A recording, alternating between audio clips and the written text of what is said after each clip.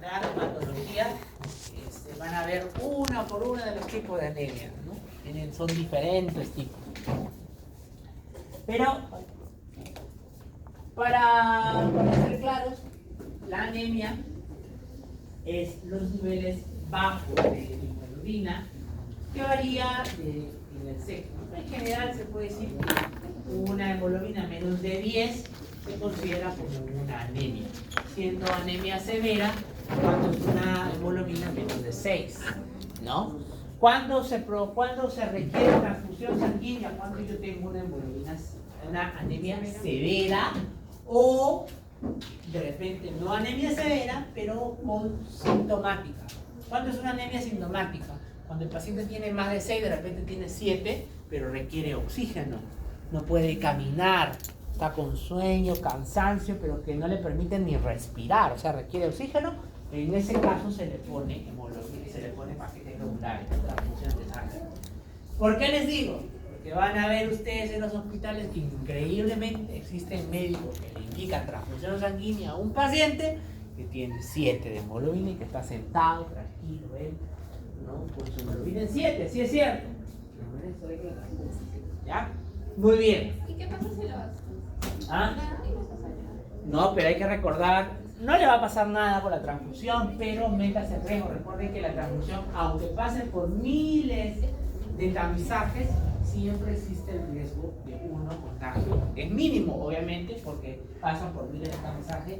Y dos, y eso sí es importante, las transfusiones generan cierto grado de reacción inmunitaria, ¿no? No necesariamente asociado al tipo de sangre.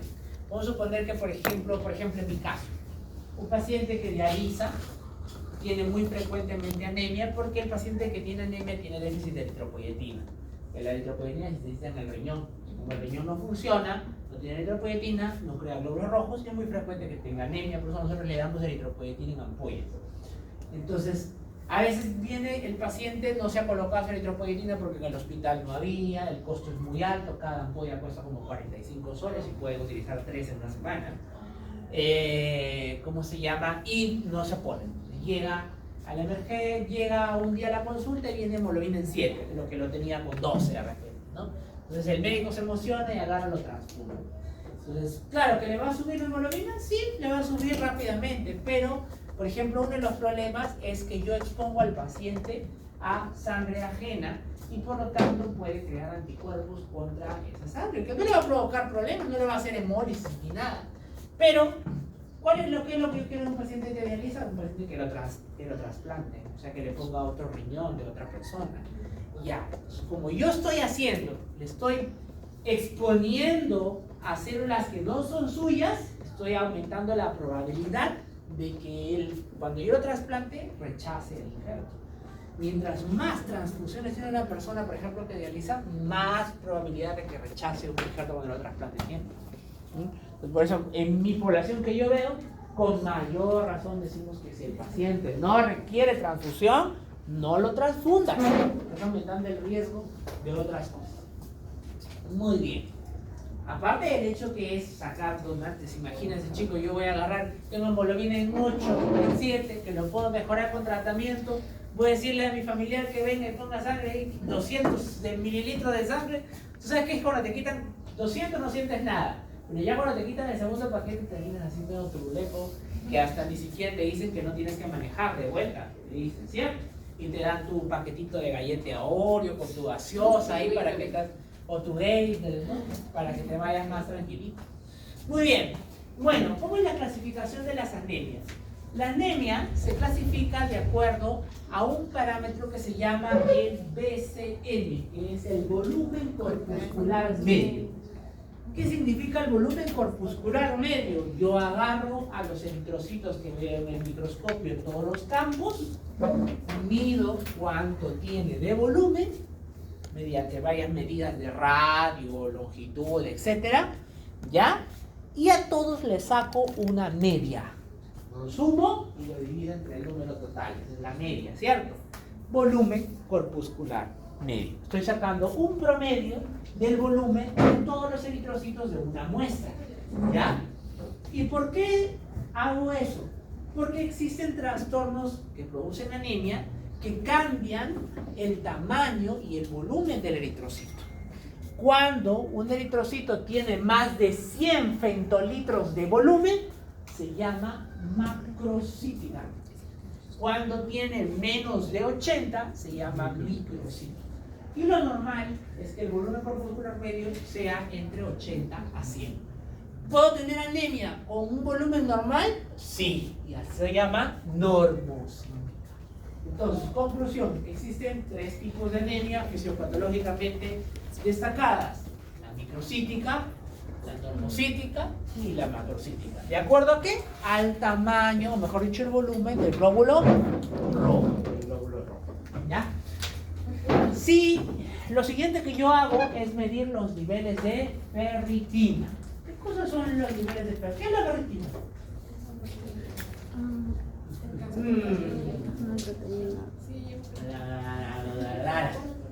¿Qué cosa es la ferritina?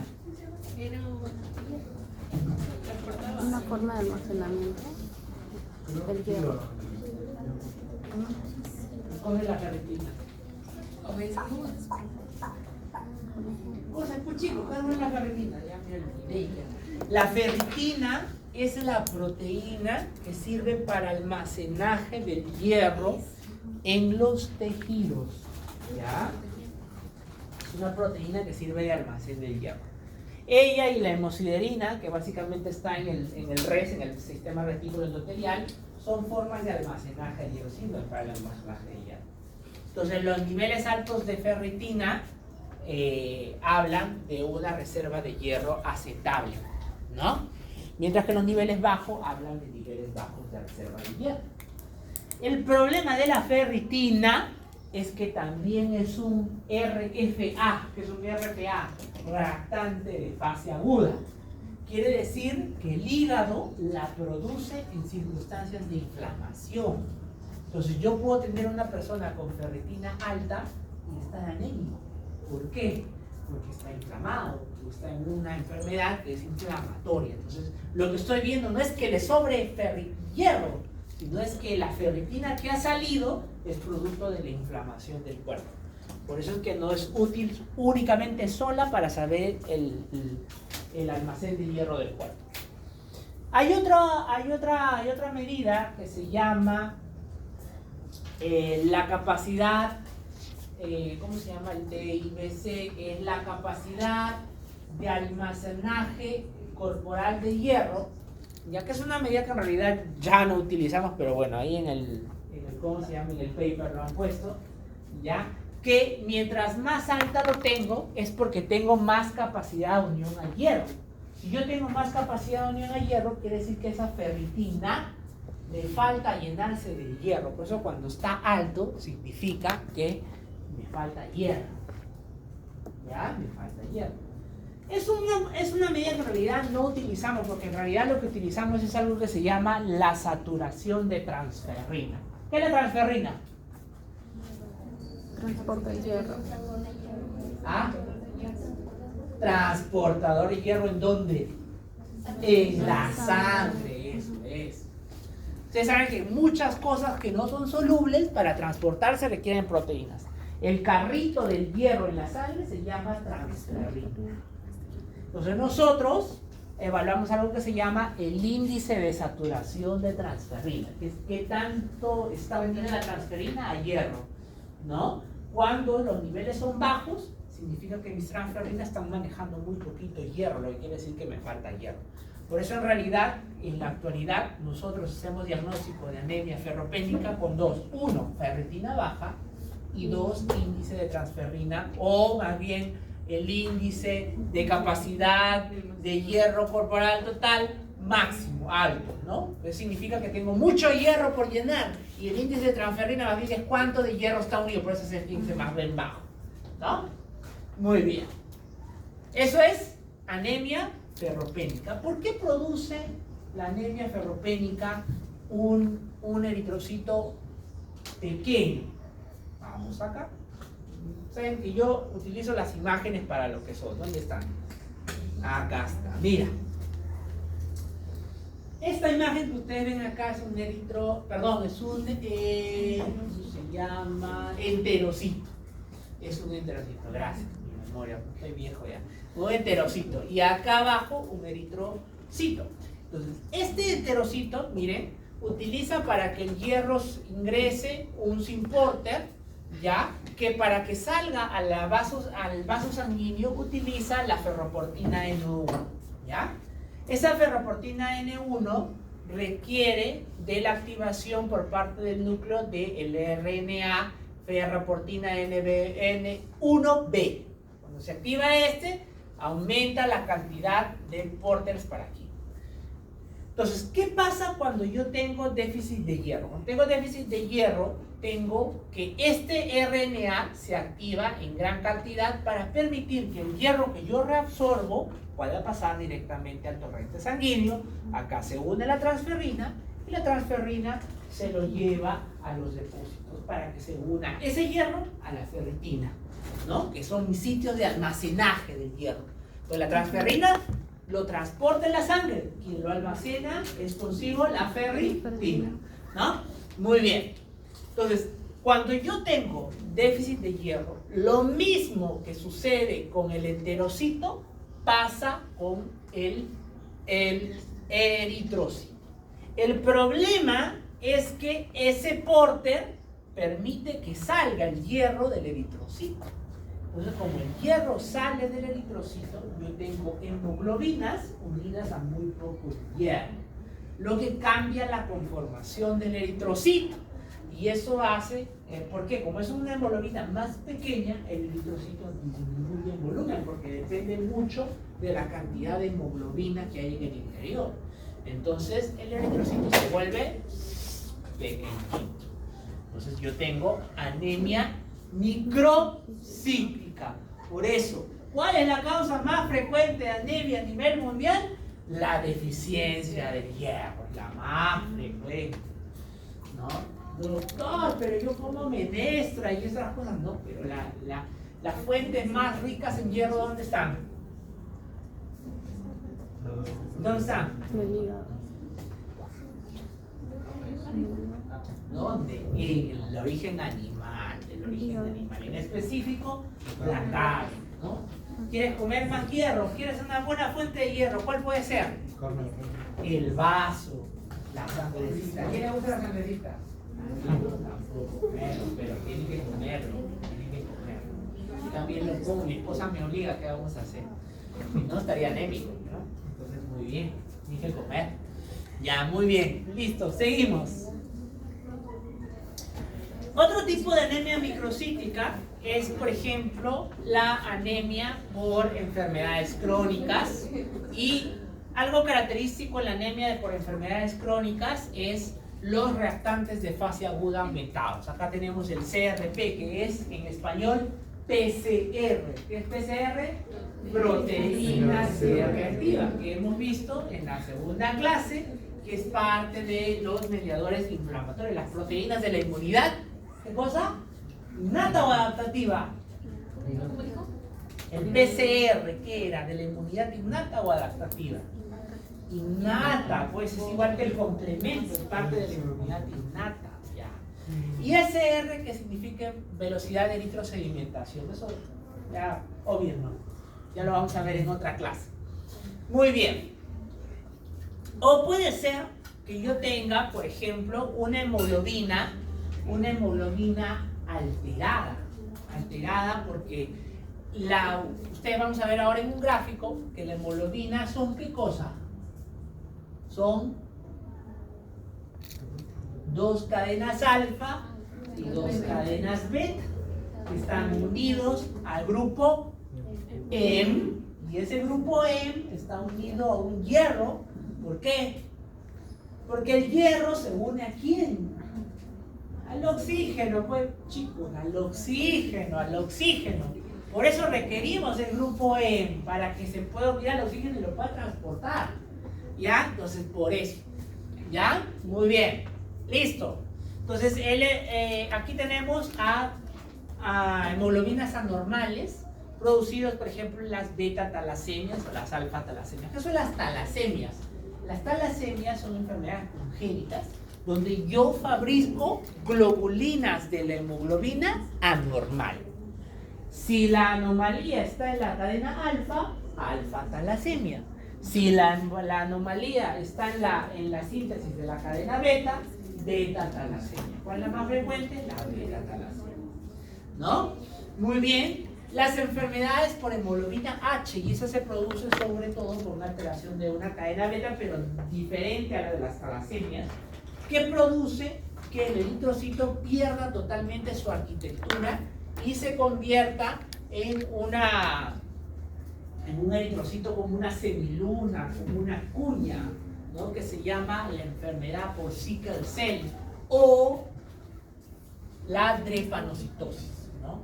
La drepanocitosis. Muy bien.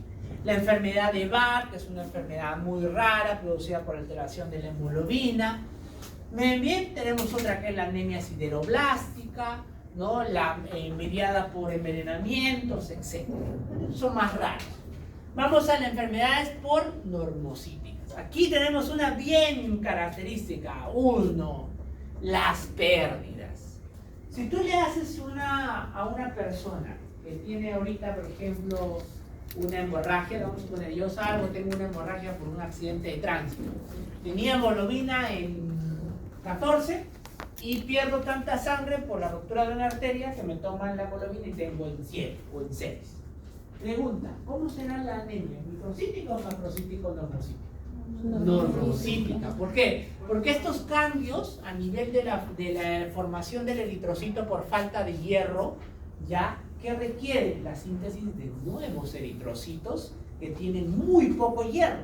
Pero el eritrocito, ¿cuánto tiempo vive? El que ya tengo en sangre, 120 días.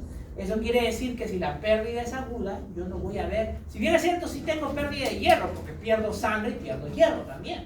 Pero, ¿por qué no cambia el eritrocito, el eritrocito en forma? Porque todavía tengo los eritrocitos que estaban en sangre. Y esos que duran 120 días no van a reducir su tamaño.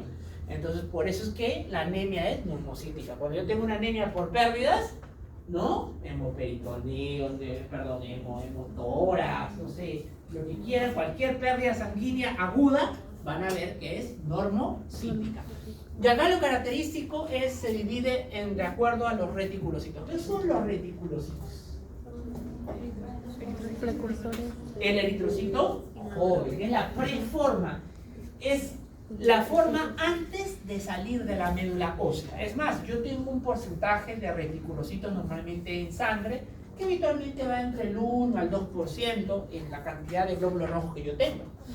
Pero cuando yo tengo una anemia marcada, cuando no tengo una anemia, o sea, tengo una pérdida de glóbulos rojos o me falta hemoglobina, algo característico es que la médula ósea, en el intento de poder revolverte a lo normal, comienza a sintetizar más eritrocitos, pero como sabe que se van a demorar en salir, porque la maduración demora, hace que salgan antes de tiempo. Entonces yo tengo reticulocitos más del 2% en sangre.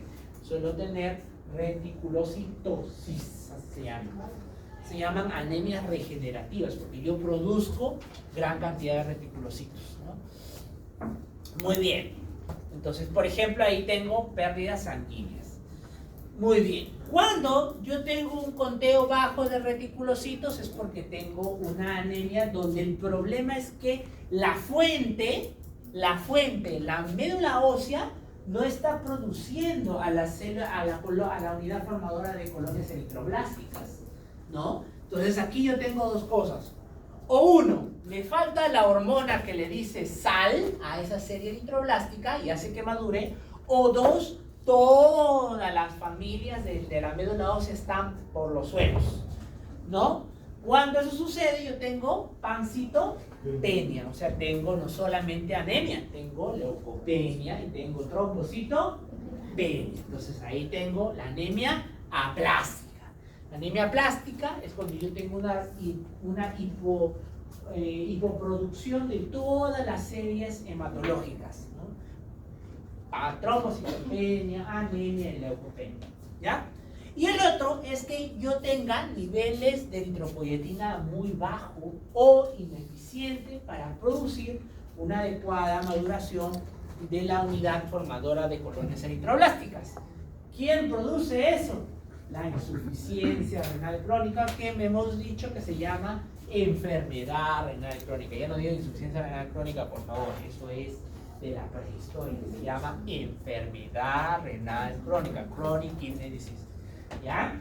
Es bien característico. Entonces, el paciente que está con insuficiencia renal crónica antes llamada, es característico que tiene anemia.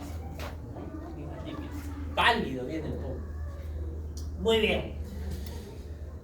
Cuando yo tengo anemia normocítica, puedo tener dos cosas. O tengo una pérdida sanguínea externa, o sea, una hemorragia, pérdida, ¿no? Hemorragia puede ser externa o interna.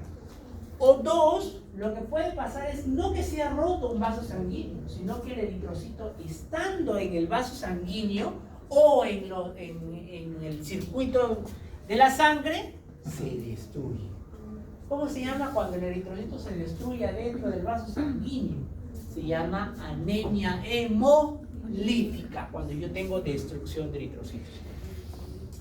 Cuando yo tengo destrucción de eritrocitos, tengo liberación en la sangre de sustancias que normalmente deben estar bajas o ausentes. Hay una enzima que está en todas las células porque se encarga de degradar al lactato cuando yo tengo producción de lactato en circunstancias, por ejemplo, de anaerobio. Y el eritrocito, para que lo sepan, es paradójico porque tiene oxígeno adentro, ¿cierto? Ya, pero el eritrocito es una célula anaeróbica, ¿saben, no? ¿Por qué? Pues no tiene mitocondria, pues chicos, no tiene mitocondria. Si no tiene mitocondria, no puede ser aeróbico. Entonces, como no tiene mitocondria, es anaeróbico, ¿no? Muy bien, entonces el eritrocito tiene a una enzima que reduce al lactato. ¿Cómo se llama? Lactato deshidrogenasa, la LDH, lactato deshidrogenasa.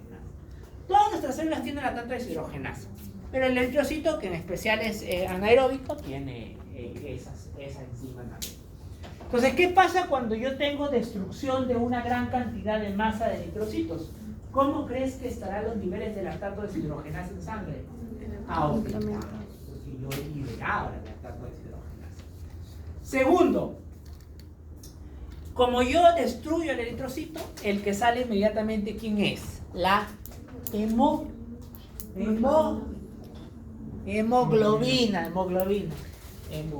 ya.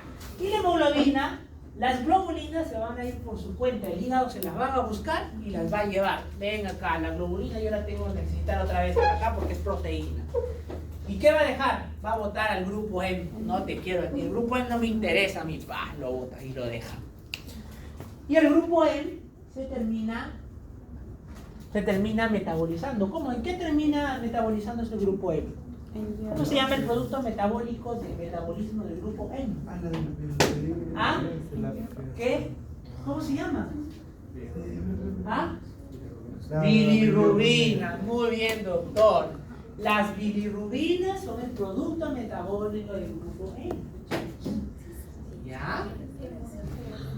Muy bien. Entonces, el grupo M se metaboliza en las bilirrubinas, en específico un tipo de bilirrubina que es la bilirrubina indirecta, que es la que es antes de llegar al hígado. Cuando se conjuga se transforma en bilirrubina directa. Entonces, como esta no le da tiempo de llegar al hígado porque se libera antes de tiempo, yo tengo bilirrubina indirecta aumentada.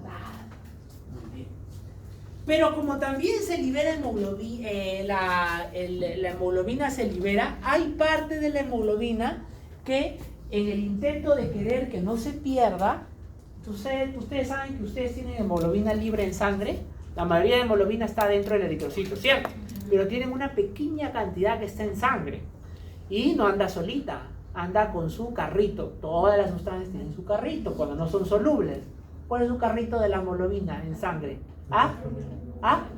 Aptoglobina. Muy bien.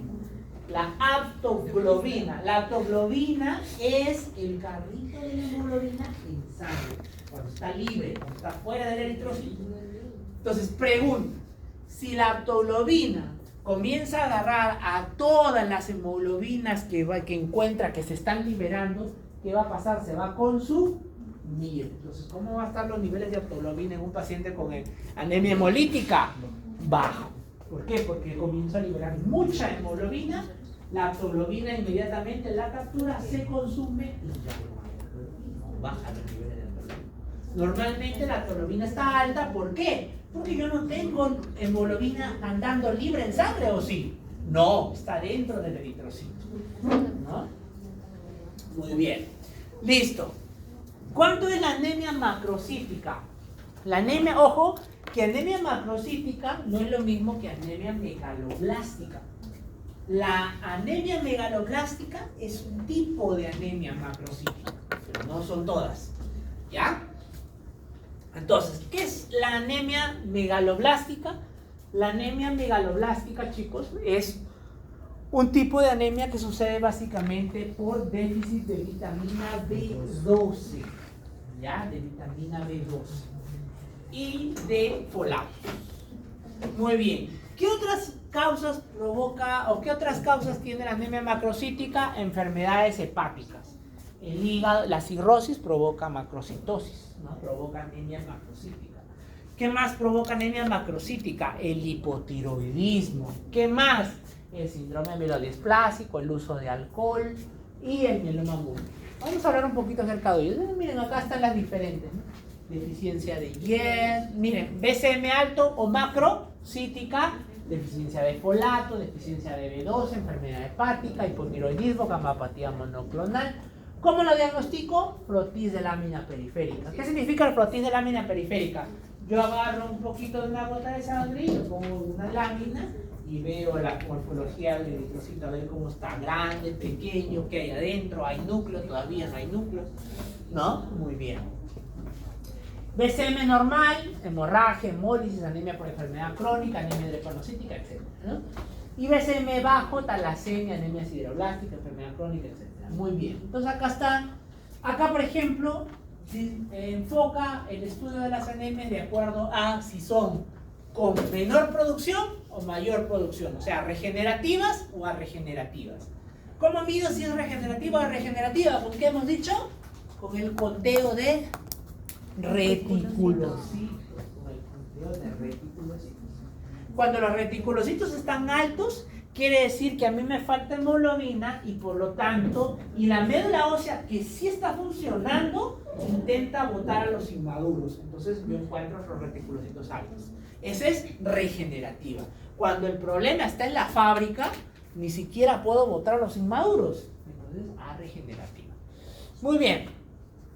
Acá tenemos células regenerativas, pérdida de eritrocitos, anemia poshemorrágica, aumento de eritrocateresis, o sea, de ruptura de hemoglobina del eritrocito antes de tiempo. Por ejemplo, el hiperesplenismo también puede provocar un poco de secuestro eritrocital, ¿no?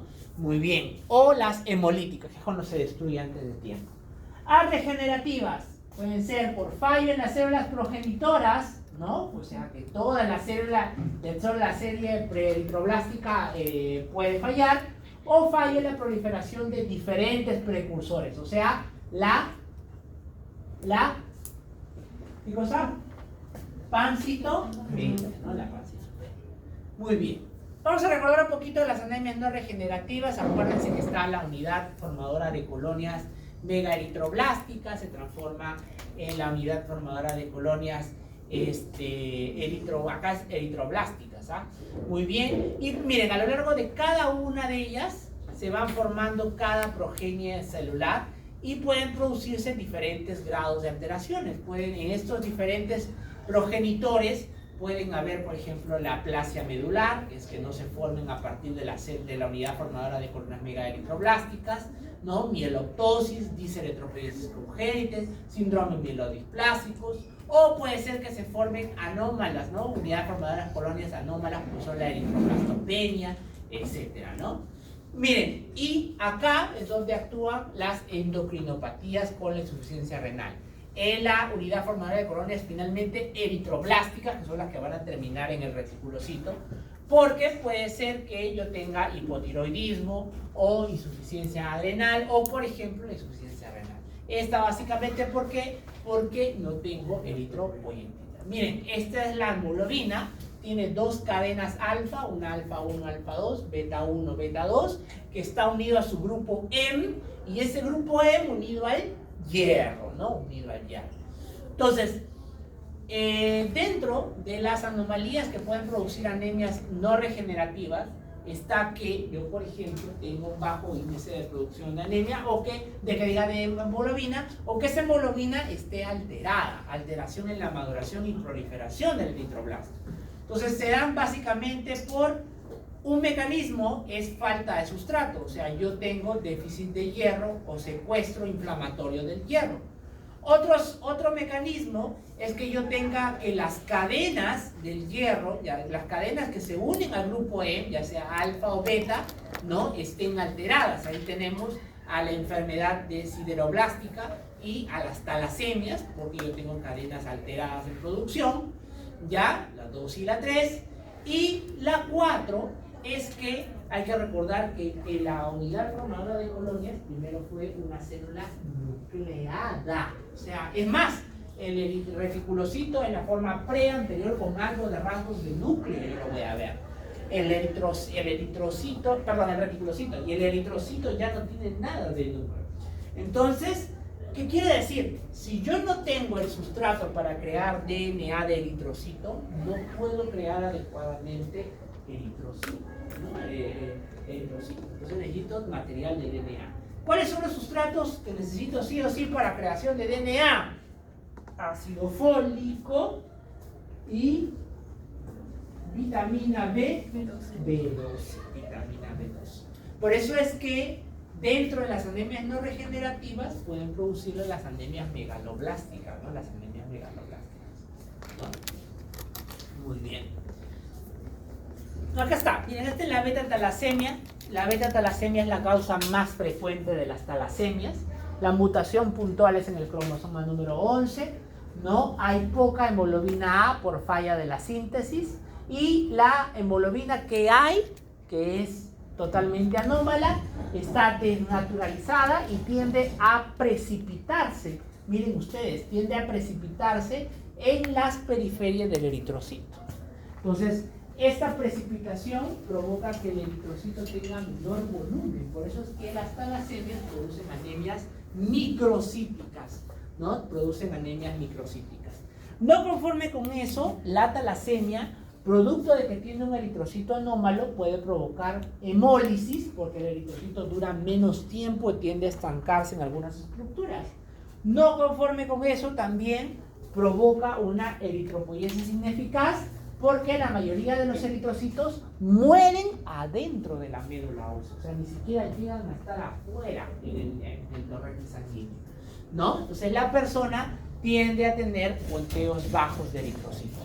Miren, acá les he puesto los mecanismos principales mediante el cual se producen anemias en la talasemia. En la talasemia hay dos cosas básicamente: eritropoiesis ineficaz y hemólisis. ¿Por qué hay eritropoiesis ineficaz?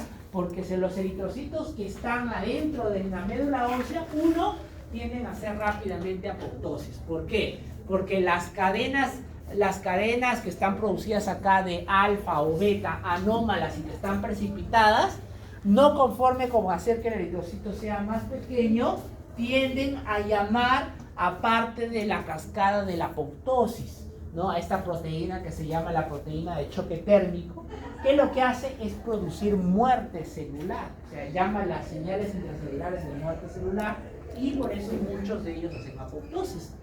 No conforme con eso, esta hemoglobina alterada se comporta como un antígeno que es presentado como tal, y que al ser reconocido por los fagocitos, vienen, se lo comen y lo dejan antes de que salga el torrente sanguíneo. Y los que ya han llegado a salir hacen hemólisis. ¿Por qué? Porque estas cadenas de hemoglobina beta-talasemia o la alfa-talasemia producen un daño sobre la membrana celular que finalmente provoca que al llegar al torrente sanguíneo se rompa.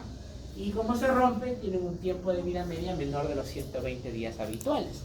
No solo eso, sino que también, al igual que como lo hacían adentro de la médula ósea, promueven la fagocitosis de esos eritrocitos. Entonces los fagocitos tienden a fagocitar a ese eritrocito y viven menos. Ahí tienen los diferentes tipos de talasemia. Hay obviamente diferentes tipos de de acuerdo al gen que está mutado, ¿no? De hecho, antes se decía talasemia mayor, intermedia, menor, de acuerdo a la gravedad de qué tantas expresión de cuántos eritrocitos caen y se expresan con esta hemoglobina anómala, ¿no? Con esta hemoglobina anómala, ¿no? A más genes mutados, más cadenas están alteradas y por lo tanto más grave suele ser la anemia. Afortunadamente la talasemia no es algo muy frecuente. Vamos a la anemia megaloblástica, que es una de las anemias megacariocíticas, ¿no? De las macrocíticas, ¿no? La anemia megaloblástica se da porque hay que recordar primero que el ácido fólico y la vitamina B12 se requieren para la síntesis de DNA, ¿no? Para la síntesis de DNA. Entonces, ¿cómo se puede dar, por ejemplo, el déficit de vitamina B? Miren, a ver, hay que recordar que la cianocobalamina, que es la que vamos a utilizar luego para transformarla en la vitamina B12, nosotros la tenemos a partir de la dieta, ¿no? Dieta vegetariana, en carnes rojas o en carne blanca, etcétera, tiene alto contenido de cianocobalamina. Y algo característico es que desgraciadamente nosotros no podemos absorber la cianocobalamina directamente sola. Necesitamos de un carrito que le lleve al transportador, a su receptor, que encima está en el ileum, o sea, está en la parte final del intestino delgado. Entonces, ese carrito que lo lleva se llama ¿cómo se llama el carrito que lleva a la cianocobalamina hasta el ileum donde tiene que llegar? El factor intrínseco, se llama el factor intrínseco. ¿Quién cree el factor intrínseco? El estómago, el epitelio gástrico, ¿no? Entonces el epitelio gástrico produce a lo que es al factor intrínseco. Entonces hay enfermedades gastrointestinales como gastritis atróficas, o sea, con atrofia de la mucosa de más del 60% de la mucosa antral, que puede provocar un déficit de factor intrínseco y por lo tanto la cianocobalamina no se puede unir a la cobalina y por lo tanto unirse al enterocito y finalmente absorberse, ¿no? Entonces yo tengo un déficit de vitamina B12, y no solamente de ellos, sino también de ácido fólico y por lo tanto puedo tener finalmente anemia. A esa anemia se le llama la anemia megaloblástica. ¿Cómo se produce? ¿Cómo se ve una anemia megaloblástica? La anemia megaloblástica, como les dije, es una falla en la maduración de DNA, porque la vitamina B12 y sobre todo el ácido fólico son necesarios para la síntesis de DNA. Entonces, si yo tengo precursores eritroides por déficit de vitamina B12, tengo, miren, neutrófilos segmentados o hipersegmentados con más de 5 núcleos, y eritrocitos de distintos tamaños en forma oval, totalmente grandes, ¿no? Totalmente grandes. Y acá es la causa. Miren ustedes, lo que sucede es que el ácido fólico y la vitamina B12 se necesitan para la síntesis de DNA porque intervienen en el ciclo de la homocisteína para convertirla en metionina y la síntesis de timidina trifosfato, que son necesarios para la síntesis de DNA. Cuando yo tengo el déficit de ello, tengo una síntesis de DNA alterada, un retraso de la división celular y por lo tanto una hemoglobina que está sintetizada de manera anómala y agrandada que produce defectos nucleares en el proeritroblasto que me lleva finalmente a una anemia macrocítica generada por una célula gigante, no grande, de más de 100 femtolitos. Muy bien. Entonces ahí tienen a la anemia por déficit de vitamina B12, generalmente por malnutrición, por ejemplo, dietas veganas o dietas restrictas. Ustedes saben que el vegano tiene que tener un buen régimen dietético para poder realmente no llegar a la desnutrición. Porque sí es cierto, uno puede llegar a tener los mismos aportes proteicos con la dieta animal, pero sin embargo tiene que tener en dosis más elevadas para poder llegar a la proteína y a los aminoácidos requeridos, ¿no? Disminución de la absorción, anemia perniciosa, por ejemplo, las gastritis atróficas, lo que les decía, ¿no? Tengo tanta gastritis que el epitelio se vuelve atrófico y por lo tanto pierde dentro de ellas la del factor intrínseco. O el incremento de requerimiento. ¿Esto cuándo pasa? Durante el embarazo. Por eso es que en el embarazo hay un déficit de folato. ¿Por qué? Porque yo estoy creando, aparte de, o la mujer está creando el material genético de ella, pero está creando otro material genético diferente al de ella. Estamos hablando de nueva síntesis de DNA. Por eso es que se requiere que para el embarazo llegue una reserva de folato adecuada. No dicen que la profilaxis con ácido fólico debe iniciar antes de la concepción, ¿no? Muy bien. Y sin pronóstico reservado puede llevar a daño neurológico, etcétera, ¿no? Muy bien. La anemia ferropénica. ¿Por qué se da la anemia ferropénica? Por déficit de hierro, ¿no? ¿Por qué se puede dar el déficit de hierro? Por ejemplo, en la mujer es frecuente la anemia ferropénica, no necesariamente por falta de comida, puede comer muy bien, pero ¿por qué es frecuente? Por las pérdidas menstruales, Las pérdidas, acuérdense que en las pérdidas menstruales, ¿no? Hay una pérdida no leve, pero leve a moderada, dependiendo de cada ciclo menstrual, de todos los meses. Todos los meses está perdiendo hemoglobina. Y con la hemoglobina está perdiendo hierro también, porque el hierro está dentro de la hemoglobina. Entonces, por eso es que pueden tener anemia ferropénica. ¿Quién más puede tener pérdidas? Úlceras pépticas o cánceres, por ejemplo, de estómago, ¿no? Que tienen pequeños sangrados todo el tiempo, también lo van a llevar a anemia ferropénica. ¿Quién más? Las hemorroides. El paciente con hemorroides tiene sangrado, por ejemplo, tiende a tener hemorragias pequeñas, pero repetitivas. Entonces eso va también a agotar las reservas de hierro. ¿Quién más? O las pérdidas, por ejemplo, por gingivitis, ¿no? Que no lo crean, ese sangrado por gingivitis también puede provocar, ¿no? Excesiva donación, bueno, ya es muy proactivo, ya se va a donar unas 3, 4 veces en el mes, ya, que es muy raro eso, ¿no? Muy bien. Listo, ¿no? Entonces, o tenemos, por ejemplo, que puede darse porque yo tengo un aumento del pH, ¿no? Por ejemplo, consumo de antiácidos, aclorhidria, o utilizo, por ejemplo, inhibidores de la bomba de protones, el omeprazol, el esomeprazol, ¿no? El pantoprazol. Esos aumentan el pH y al aumentar el pH disminuyen la absorción del hierro. El hierro requiere de un pH no tan alto para poder absorberse, ¿no? Ingesta de competidores del transportador de hierro, quiere decir medicamentos o sustancias que compiten con el receptor del hierro del enterocito para poder absorberse, calcio, cobalto, etcétera, ¿no? O atrofia vellosa, que es atrofia del epitelio ilíaco, que es el que induce, el que absorbe el hierro, es enfermedad celíaca, ¿no? Resección gastrointestinal, cuando yo tengo demasiada resección de mucho intestino, de yeyuno, de duodeno, ¿no? O ingestión de plantas que son quelantes de hierro. ¿Qué significan quelantes de hierro? Que agarran al hierro de tu dieta, lo secuestran y evitan que tú lo reabsorbas. Se llaman quelantes de hierro. ¿Quiénes son, por ejemplo? ¿No? Fitatos, taninas, fenólicos, no me acuerdo ahorita el nombre exacto, ¿no? Fenólicos, no me acuerdo ahorita de ejemplos, ¿no? Fitatos son básicamente exceso de, por ejemplo, algunas hortalizas, etcétera, que pueden tener una gran cantidad de fitatos. O, por ejemplo, tengo mayores necesidades de hierro. Eso es bien importante. Miren, porque la pobre mujer gestante puede tener déficit de hierro. Uno, en el parto va a perder un montón de sangre, ¿no? Va a perder un montón de sangre, sea cesárea o sea parto natural, ¿eh? Y encima tiene un pequeño chuki que va a consumir la lactancia. Y te cuento que la lactancia tiene un montón de hierro.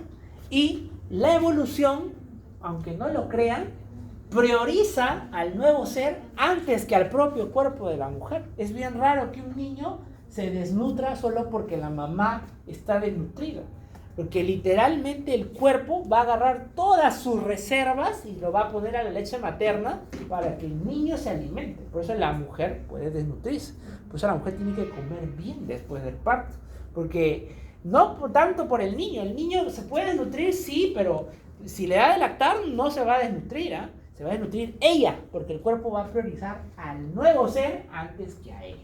Entonces la lactancia, el embarazo, ¿no? Los problemas de crecimiento, etcétera, ¿no? El crecimiento muy rápido, o las dietas veganas que tienen un menor contenido de hierro.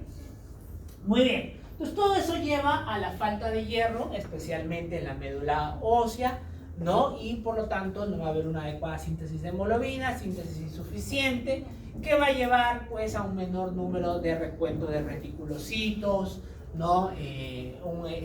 Además el hierro sirve como cofactor para síntesis de, por ejemplo, síntesis de colágeno. Por eso el hierro puede llevar a algunas patologías, como se le llama la esclera azul, que es una coloración, unas lesiones azules a nivel de la esclera, que es esa parte blanca del ojo, ¿no? También que voy a tener, dice, afecta el sistema nervioso central, complicando los mecanismos que sirven para el comportamiento. Por eso se cree que el hierro actúa en la parte de la corteza prefrontal a nivel del comportamiento, y por eso es que uno de los síntomas que van a ver que les dicen los libros más antiguos es que el paciente tiene pica. ¿Qué es la pica? ¿Ah? Es la pica. El paciente que come tierra, la pica. Pica, ¿no? Es parte de las alteraciones del comportamiento. Como tiene menos hierro disponible, la proteína que lo almacena también está baja. Entonces la hiferritina, ¿cómo está? Baja, no la baja. Y tiene alta capacidad de unión a la transferrina. Esto es lo contrario a la saturación de transferrina, lo que les decía. La saturación de transferrina es cuánto de la transferrina está unido al hierro. Y el TIBC es cuánto de capacidad tengo para unir al hierro. Este es un poquito antiguo porque nosotros no utilizamos el TIBC. Estamos en la saturación de transferrina. ¿Ya? Muy bien. El volumen corpuscular medio que hemos dicho que está bajo, el hematocrito obviamente está bajo, y cuando ya tengo menos de 7, menos de 6, que comienza a aparecer que las escleras y las mucosas comienzan a estar pálidas, ¿no? Pálidas. Ya comienzo a ver. ¿Dónde se mira la palidez? En la piel, ¿no? Aquí, acá. No. ¿Y qué pasa si una persona que es de tez más clara, no sé, profundo, un albino? ¿Qué vas a hacer? ¿No? ¿Así está anémico? No, se miran en las escleras, acá, aquí. Porque acá ustedes van a ver que está rojo normalmente porque la conjuntiva es bien irrigada, tiene vasos sanguíneos. O sea, en esa zona donde ustedes ven que hay varios vasos sanguíneos, cuando está muy pálido es porque los vasos sanguíneos tienen muy poca cantidad de hemoglobina, de eritrocitos. Entonces lo van a ver blanco.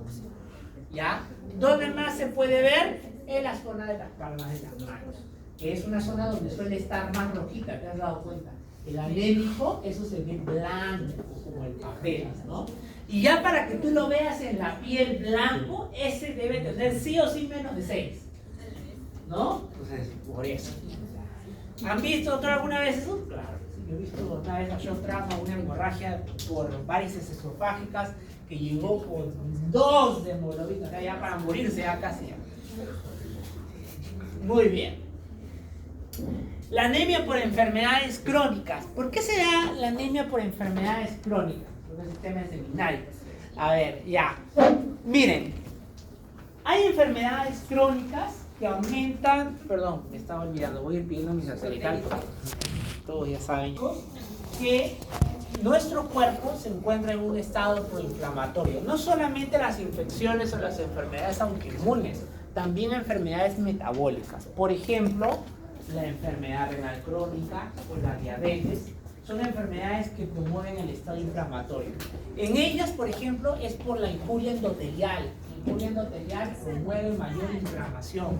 La obesidad es un estado inflamatorio porque aumentan las adipoquinas, las leptinas, las adiponectinas, que son también como citoquinas. Entonces, todas estas enfermedades que se caracterizan por una inflamación crónica y prolongada, ¿no? Y ahí también está el lupus, la vasculitis, se caracteriza por aumento de citoquinas como la interleuquina 1, la 6 y el factor de ¿Ah? De necrosis. Factor de necrosis tumoral Tumoral. alfa. Muy bien. TNF, ¿no? Estas tres tienen una serie de consecuencias. Uno, disminuye la producción de la eritropoyetina del hierro. O sea, por ejemplo, en enfermedad renal crónica, no conforme que me falta hierro, porque no tengo riñón, encima lo poco que tengo está inhibido por este señor de acá, que es el factor inflamatorio. La interleuquina 6, y esta de acá también produce una disminución de la respuesta a la eritropoyetina. O sea, no solo disminuyo la liberación de eritropoyetina, sino que hago que los tejidos, sobre todo la médula ósea, se conviertan más resistentes a la eritropoyetina por acción del factor de necrosis tumoral alfa. Pero, y este es probablemente el mecanismo más importante de la anemia inflamatoria, la interleuquina 6 hace que el hígado produzca reactantes de fase aguda. Entonces yo les dije, reactantes de fase aguda, PCR, ¿no? LAPE, ferritina. Por ejemplo, miren, este es el mejor ejemplo que la ferritina no sirve única, sola, para poder medir causas de anemia. Porque a este paciente yo le voy a encontrar siempre ferritinas altas. Por ejemplo, yo le digo, mis pacientes en diálisis, todos vienen con ferritina 1000, 1500, pero hemoglobina en 9, 10. ¿Por qué? Porque por el estado inflamatorio en el que viven, la ferritina está alta. Uno de los reactantes de fase aguda que tiene el hígado se llama la hepcidina. Y la hepcidina tiene varias características cuyo objetivo principal es inhibir el transporte de hierro.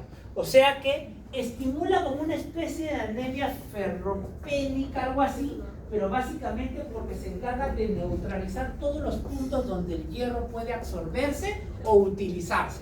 Entonces, miren, disminuye la salida del hierro de las reservas. Yo les dije, el hierro se reserva a través de ferritina, pero también en el res, ¿no? En el sistema retículo endotelial, ¿mediante qué proteína les dije? La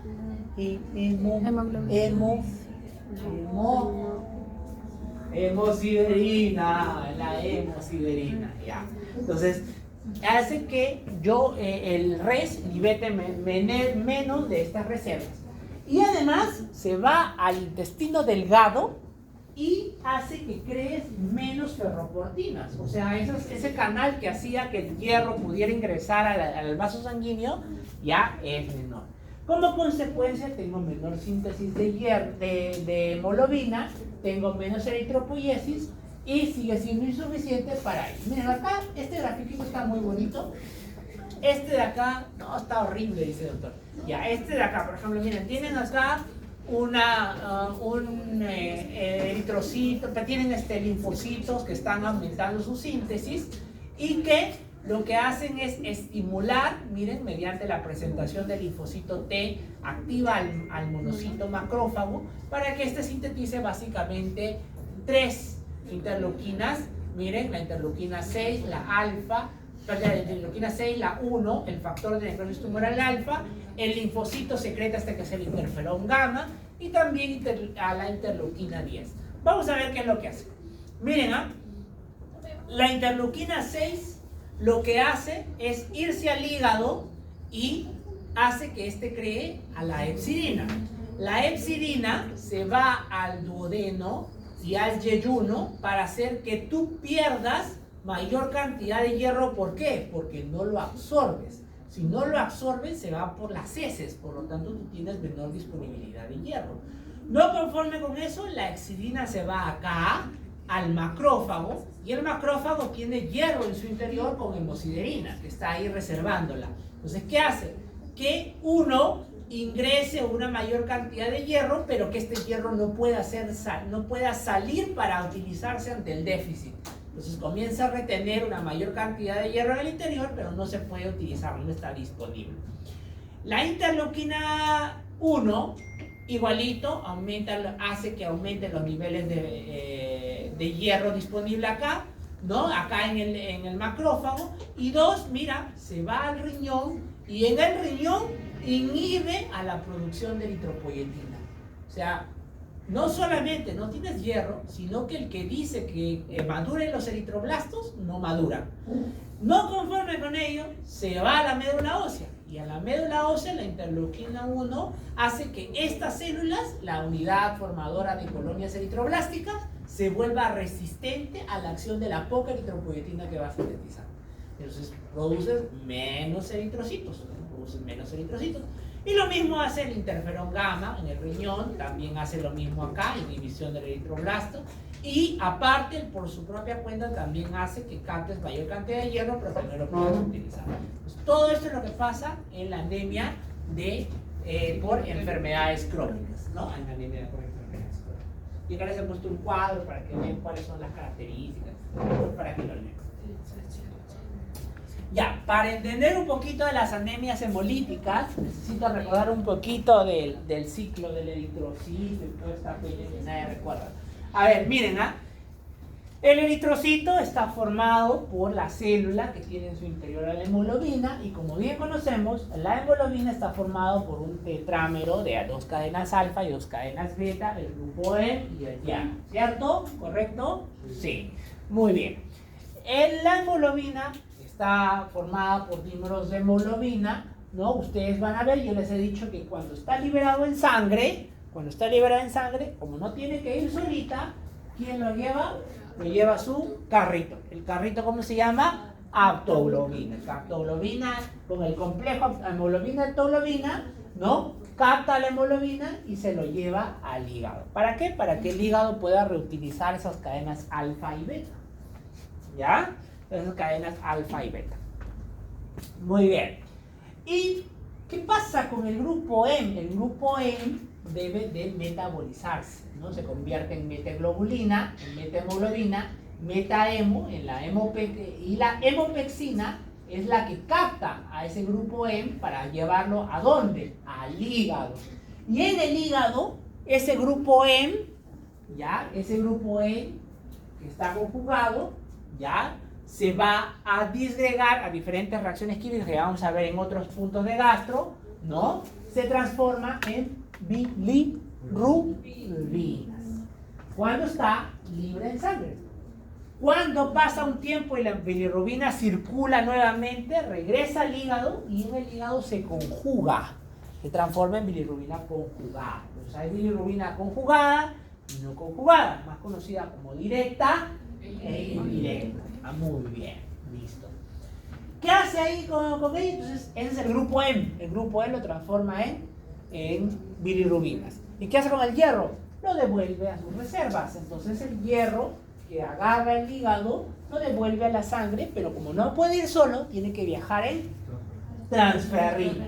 Y la transferrina se lo lleva a las zonas de la reserva. Se los pone a la ferritina o se los pone a la hemosiderina del res, ¿no? Para que lo guarden en forma de reserva hasta listo y disponible cuando yo lo pueda utilizar.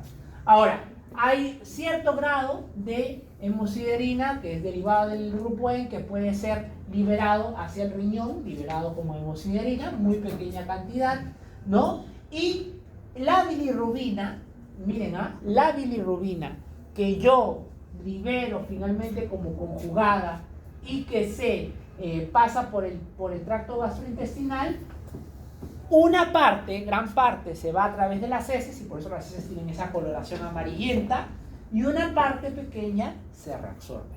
Esa que se reabsorbe termina como urobilinógeno y que también es parte de las cuales el por qué la orina tiene esa coloración también, ¿no? Entonces, ese es todo el ciclo de la bilirrubina y la hemoglobina. ¿Por qué es importante? Para entender qué es lo que pasa y los hallazgos de laboratorio en la hemólisis. Entonces, en la hemólisis se define como la destrucción prematura del eritrocito. Si la destrucción supera la capacidad de la médula ósea para producir glóbulos rojos adicionales, se va a producir anemia.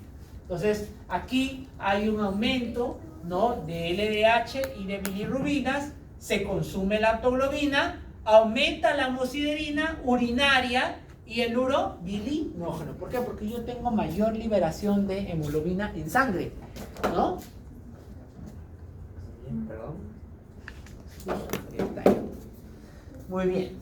Listo. Entonces, vamos ahora a las anemias regenerativas o hemolíticas, justo a propósito de lo que estamos hablando. ¿Cómo lo vemos? Vamos a ver primero en un frotis de lámina periférica. Eso es lo que vemos acá. Agarramos un poquito, una gota de sangre, lo pasamos en una lámina y lo vemos al microscopio. Entonces aquí podemos ver diferentes tipos de eritrocitos. Podemos ver eritrocitos anómalos, ¿no? Entonces, por ejemplo, ahí a quienes tenemos a las talasemias, a los drepanocitos, a las variantes de hemoglobina alterada como los sickle cell, etcétera, ¿no? Y los esferocitos, ¿no? Los esferocitos que son eritrocitos muy circulares y pequeñitos, casi como unas bolitas, por eso ahí se llaman esferocitos, ¿no? Esos esferocitos pueden darse porque hay anticuerpos como porque no hay anticuerpos. Esos anticuerpos pueden deberse por una anemia hemolítica autoinmune o mediada por fármacos. ¿Se acuerdan lo que dijimos? ¿No? Anticuerpos que se unen, etcétera, igualito. Y la anemia hemolítica autoinmune puede ser de dos tipos, ¿no? Puede ser por inmunoglobulinas calientes o inmunoglobulinas frías. Cuando es por inmunoglobulinas calientes, IgG. Cuando es inmunoglobulinas frías, IgM, ¿no? ¿A qué se llaman que sean calientes y frías?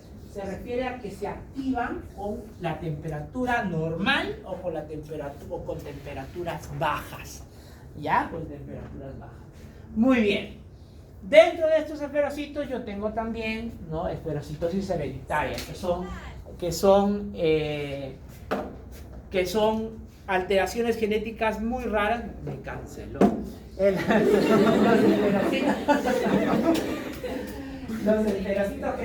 Los eritrocitos que nacen con una anomalía de algunas proteínas de la membrana celular que hace que el citoesqueleto se vuelva muy inestable y se pierda agua a través del eritrocito y se consume, por eso se ve chiquitito, esferocitosis, ¿no?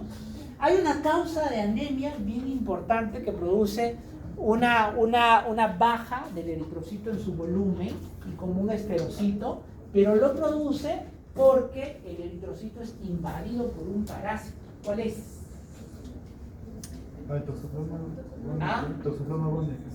Acá en el Perú deben de conocerlo. Perú, eso y acá en Perú, chicos. El Plasmodium. ¿El Plasmodium? ¿Ah? Plasmodium. Plasmodium. ¿Qué enfermedad produce el Plasmodium? Malaria. La malaria. Se llama malaria, la malaria. No tenemos malaria, chicos, hay que aprender, ¿no? Malaria. Muy bien. ¿Cuál es el causante de la malaria? ¿Cómo se llama cómo se llama el parásito? Plasmodium, ¿no? Plasmodium. ¿Cuáles son los tipos de Plasmodium que hay? A ver. Viva, falciparum, malarial y el que no tenemos, el oval, ¿no? El oval. Ya. ¿Cuál es el que provoca la malaria supuestamente maligna? Dicen la grave. Falciparum. Muy bien. O pueden dar otro tipo de anemias, otras células biliares, células ampollosas, cuerpos de Heinz, o sea que vamos a encontrar otros tipos de anomalías en la morfología, que son más raros, ¿no? Son por defectos de enzimas, por efecto de la disminución de la enzima de la glucosa 6-fosfato deshidrogenasa, de la piruvato quinasa, el déficit de la pirimidina 5-nucleotidasa, ¿no? Ya no son más raras, ya súper raras, ¿no?